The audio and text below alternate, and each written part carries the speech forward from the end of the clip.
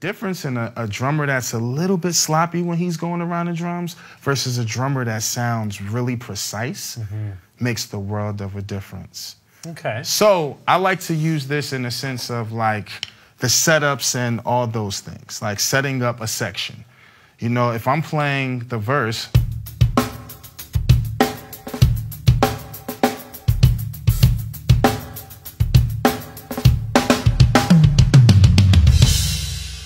like, it wasn't,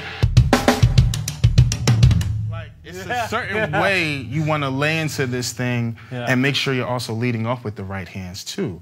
Like, that precision is everything. The same way I say, you know, there's a touch with the right, there's a touch with the left.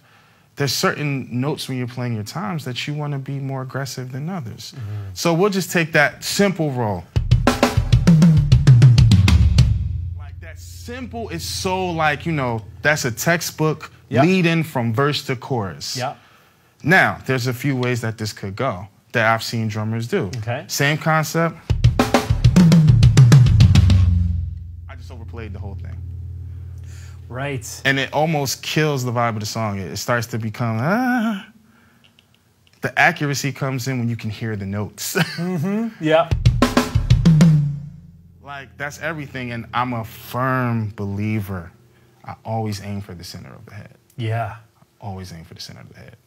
Like, we know the drum is this big, but playing right here and playing right there, you get the full depth of the sound. Right. You know what I'm saying?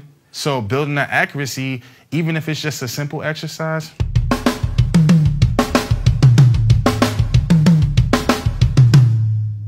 because essentially, if you take,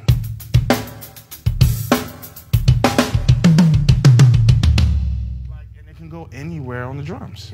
So building that accuracy as you're moving about, especially on toms. Well, I guess that's why when you play, because that, at a slow tempo, it's probably quite easy to hit the center, but when you go faster, that's where you sound so smooth and articulate. Sometimes you're playing 6-note triplets at whatever tempo, but it's super fast, and you're still hearing every note just as clear as the last one. They're not muddy, you know, and that's... But it takes that practice is what builds that. So a good friend of mine, Brian Fraser Moore, who's been here. That's right. He's a great friend of mine, right? And he does this thing when he plays. Sorry, Brian, I got to do this. He does this thing when he plays, and he like, if he's playing this, I can use the same groove, right? And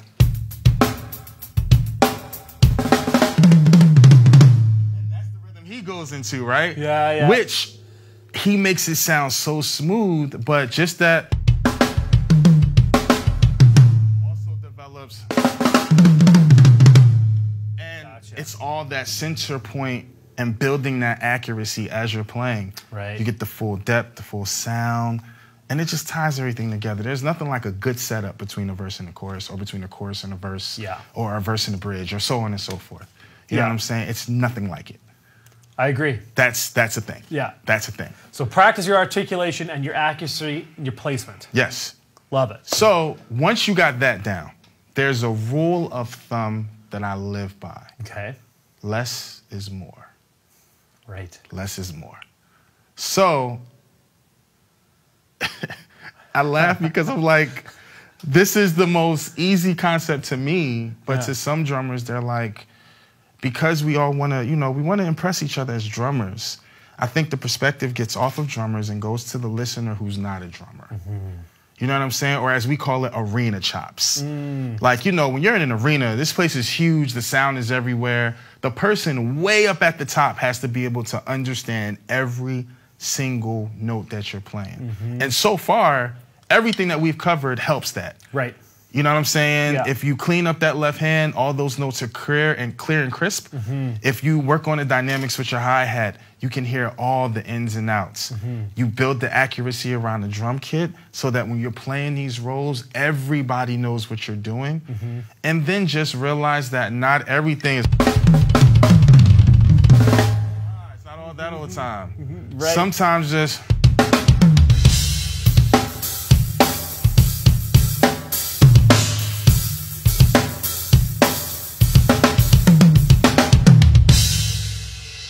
Sometimes it's the simplest little things that let somebody know something's coming.